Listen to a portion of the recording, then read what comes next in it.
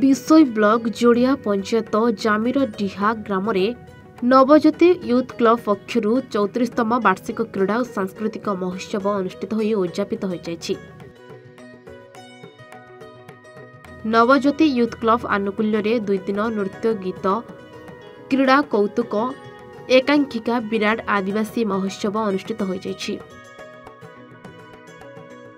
ଏଥିରେ ବାଳକ ବାଳିକା ତଥା ବୟସ୍କଙ୍କ ପାଇଁ ବିଭିନ୍ନ ଖେଳ ଅନୁଷ୍ଠିତ ହେବା ସହ ମହିଳାମାନଙ୍କ ଜଳପୂର୍ଣ୍ଣ ମାଠିଆ ଦୌଡ଼ ବେଶ୍ ଆକର୍ଷଣ ହୋଇଥିଲା।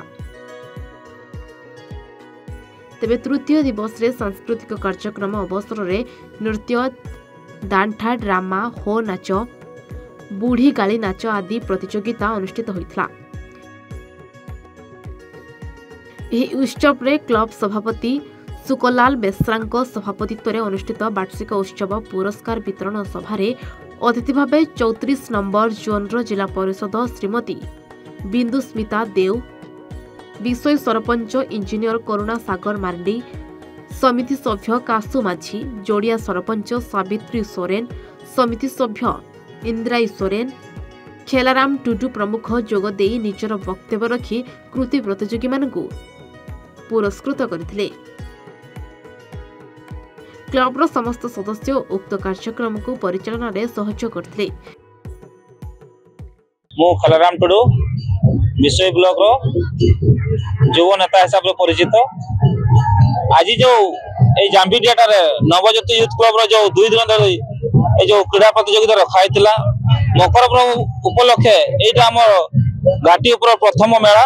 ଏଇ ମେଳାରେ ବହୁତ जो ଆମର ସରକାରୀ ଛୁଟି ସହିତ जो ଆସୁଛନ୍ତି ଦୂର ଦୂର ଛୁଟିରେ ସେମାନେ ମଧ୍ୟ ଏଇ ସଂସ୍କୃତିରେ ଭାଗ ନେଇଥାନ୍ତି ଏବଂ ଖେଳଟାକୁ ଉପଭୋଗ କରିଥାନ୍ତି।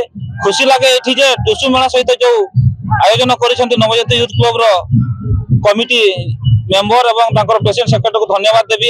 करुणा सागर मार्डी सरपंच विषय ग्राम पंचायत आज आमर ये नवज्योति यूथ क्लब तरफ एठारे 2 दिन धरी वार्षिक क्रीड़ा उत्सव होमर मकर पर्व बासी ठारू आमर आदिवासी संप्रदाय जो टुसु मेला एवं सांस्कृतिक कार्यक्रम तत्सहित वार्षिक उत्सव आयोजन अति आनंद सहित करा जाए।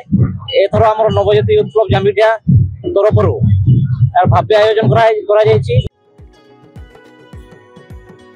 विषयरु अनवर हुसैन को रिपोर्ट A1 ओडिशा।